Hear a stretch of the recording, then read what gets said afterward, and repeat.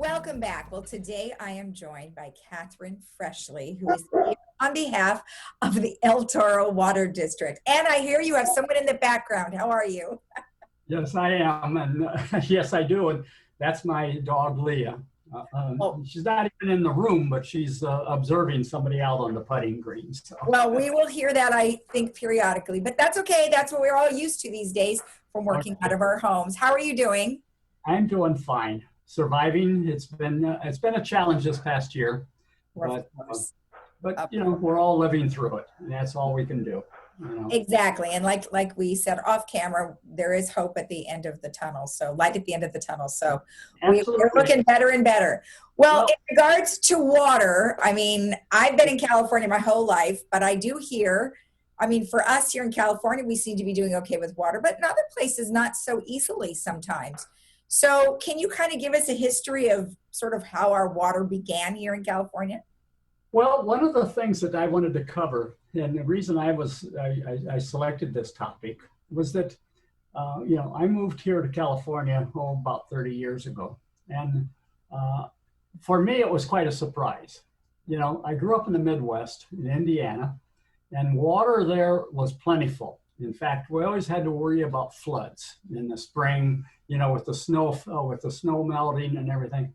And it was, you know, and I remember back, I think it was during the 70s, listening to NPR one morning, and where they had a representative from the West talking about the challenges that they had in Congress of getting people to recognize the importance of because at that time they're getting ready to build the Oroville Reservoir, or they're starting to build reservoirs.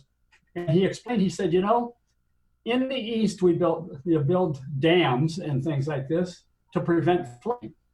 But in California, you know, you basically, the dams and everything are built, or here in the West, because you only have water maybe 6 months of the year, and you have to store the water for future use. Mm-hmm. At the time it triggered, I thought, wow, that's really interesting, the difference in the requirements. And so that really influences you, how you operate. Right. Because you need to understand that difference. And that's the situation that we have here in Orange County, and particularly here in South County, because we really don't have any, for El Toro, we don't have any water. We don't have an aquifer or anything like this. Central and Northern Orange County, you know, Fullerton and Anaheim, and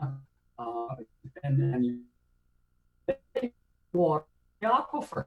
In fact, if you think about it, when you travel along the Santa Ana River, and you see where they've built areas to capture water, the purpose for that is to recharge the aquifer, so that when we have a rainstorm or something like this, or the water's coming down out of the mountains, we capture it. And in fact, Anaheim, if you spend any time driving around, they got a few separate reservoirs that they use. The whole purpose is to take the water and store it, and in fact to recharge the aquifers, because it percolates then down into the aquifer.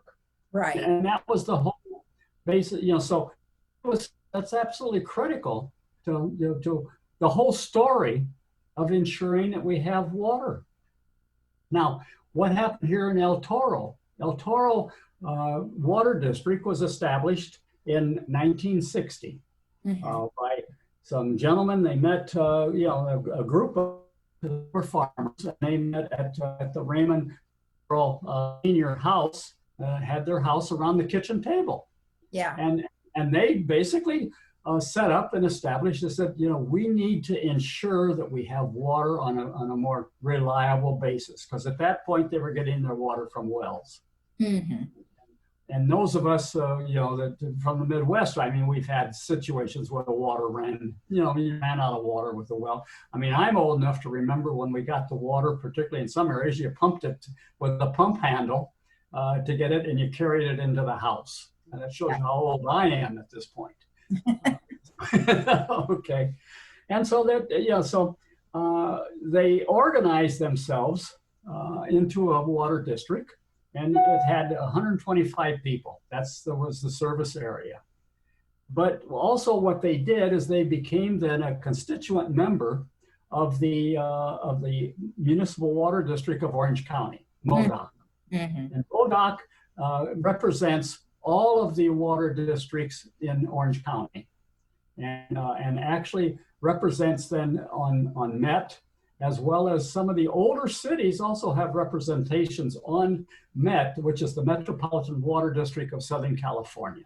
Right, right. And people need to understand that all of our water, it comes from the Metropolitan Water District of Southern California, whether it's coming from the Sierras through the California aqueduct, or it's coming from the Colorado River through the aqueduct from Colorado River. So these were some of the issues. One of the things that the founders did, though, that was very, back in 1967, they recognized, if we're going to have adequate potable water, we need to have a reservoir, at least we could store it. And so in Mission Viejo, in 1967, they built this large reservoir, 200, it holds 2,750,000 gallons of water. And that's the largest potable water reservoir in the county. Mm-hmm. And it was built by El Toro Water District then in 1967. Now it's we cover it, so it's covered. So we do store our potable water there, but we also share it with the Santa Margarita Water District. We control half of it, and they share in the cost of that reservoir. California, though, is recognized by people living here. We have drought cycles, and now and we got records going back to 1841. And, and the current one, most of us, many of us now have experienced the one from 2011 to 2019, where that really has driven us into the awareness of the amount of our water. I mean, during that period, we all had to learn how to conserve. Right now, the goal for the state ultimately is to get us down to 55 gallons per person per day. Yes.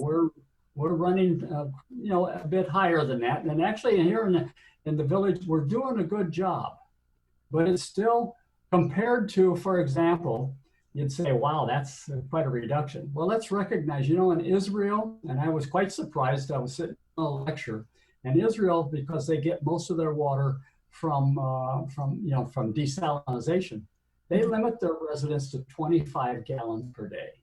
Oh, so, wow. Yeah, so that's a big difference. But it is so critical for all of us to recognize the importance and for us to conserve. And let's recognize now what happened in the last 9 years.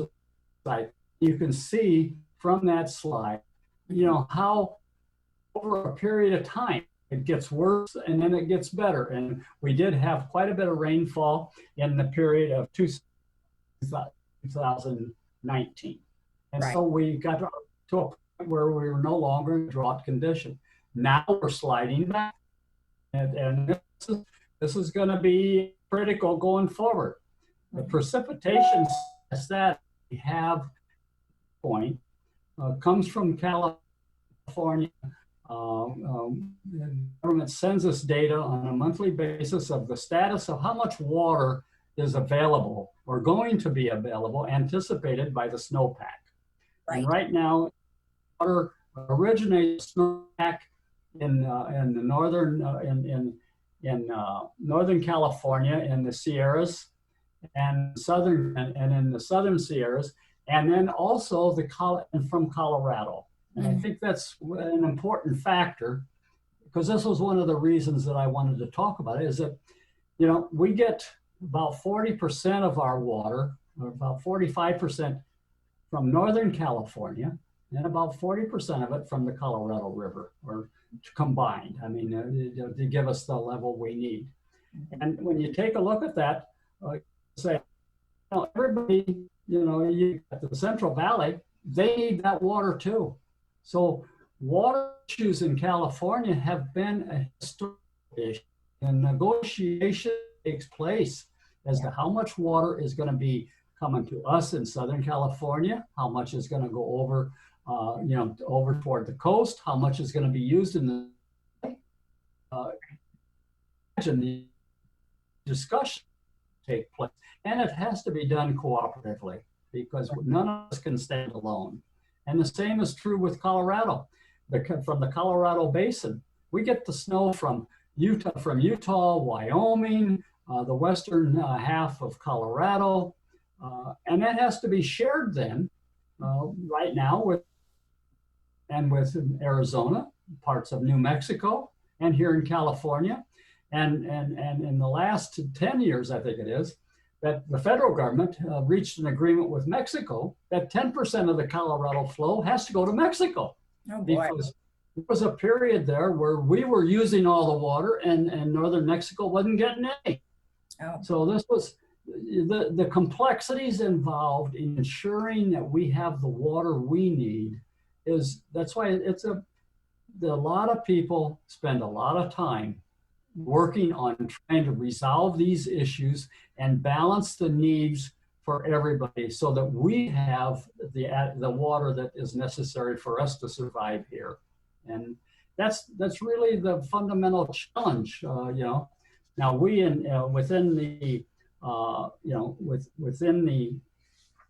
here ourselves, we have, because Metropolitan has made a great investment over the last couple decades. They have built like the Diamond Valley Reservoir, that big reservoir. They built that purposely because that would allow us, if we had a break in the California aqueduct or from Colorado River, we have in that one area enough storage that would get us maybe the Southern California area, because we serve 20 million people. That's who they're trying to serve. Enough water to serve at least 6 months until we can repair the breaks to get the flow back. And so MoDOC, or not MoDOC, but the Metropolitan has invested heavily in the reservoirs. And we got a slide there that shows up and down the state and all the different reservoirs where we have created to store the water. Right. As I mentioned in the beginning, in the West, you've got to save the water when it's available if you're going to have it when you need it. And that's the fundamental thing with water here in the West. Right. So, and our population isn't getting any smaller. It's just getting larger because, people move in and out of California, but I think a lot of people still want to live in California. So that is definitely a concern. Whatever happened to the desalinization plants? Are they still in operation or moving towards that? Well, the only desalinization plant here in Southern California that's operating is in San Diego. That one was built. We're still in a lot of discussion as to whether Poseidon is going to be built in Huntington Beach. I see. Now, you've got also a program, the South Coast Water District is also in the process of at Doheny Beach of building a smaller desalinization plant that would be good for about between 2.5 and 5 million gallons a day. Okay, so that's underway, but there's still a lot of discussion on it. And desalinizing water is very expensive. Right. It's a lot of electricity. Exactly. And here we are as a state moving to a situation where we don't have the kind of weather that you see in Texas, but take a look at what happens when you don't have reliable energy. And if you can imagine then, if we were getting all our water by desalinizing, and then all of a sudden you don't have the electricity to drive the plant, you're without water. Exactly.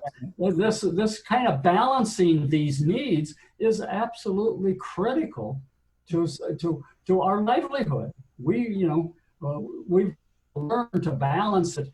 Not only do we need water, but we also need electricity. And the basis, our whole society is set on the basis of having continuous electricity. Right. Yeah.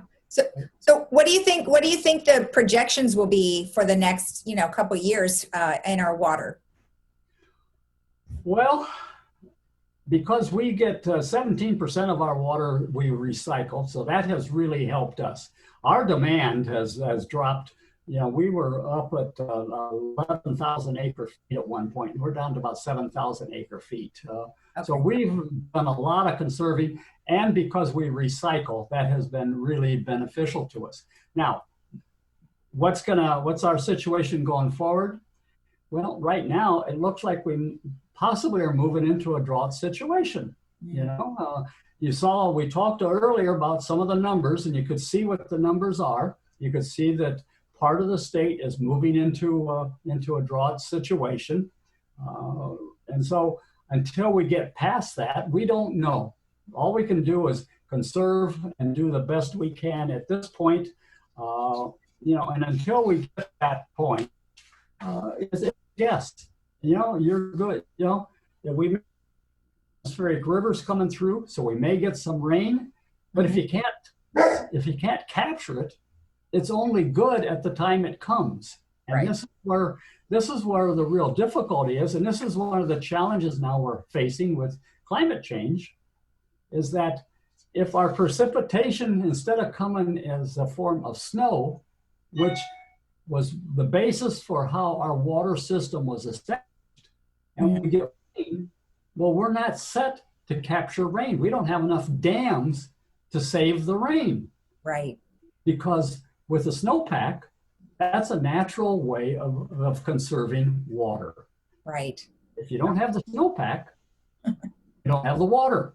No, this is true. Well, we certainly hope that we get more snow in the mountains. I mean, we still have a ways to go before, you know, it's going to get too sunshiny here. But boy, we need to pray for some snow here in the next few months. That's exactly what we want. If we can get the snow, then we'll have the water. If we don't get the snow and it comes as rain, then we're going to have, it's going to be far more challenging for us. And right now, you know, there's an awful lot of discussion within the industry. Then, you know, and should we be building more reservoirs? And if so, where do you put them? Right. And, you know, the length of time it takes to build a reservoir. Right. So, you know, so people are really looking at different ways of not only conserving water, but also capturing water when it comes. Exactly. Desalination is an approach, but it's expensive. The difference in cost for us, if we have to rely on desalinated water, the cost of desalinated water is $2,200 per acre foot desalination, and we get our water right now for about $1,100. Oh yeah, that would be very costly. But you know, it's always good to look into it just to see what the alternatives are, and then of course you guys always have your backup plans and research. So we appreciate the information. Thank you so much, Catherine. Well, I hope this was helpful. I hope it helped people get a little better understanding of the importance of what it takes to get water so that when you turn the faucet on, water, good, clean water that's drinkable comes out. Yep. Reliably. Yes, yeah, really. Thank you again. Okay, you're welcome, Lisa. Nice to talk with you. You too. Okay, thank you. Bye-bye. Bye-bye. And we'll be right back after this.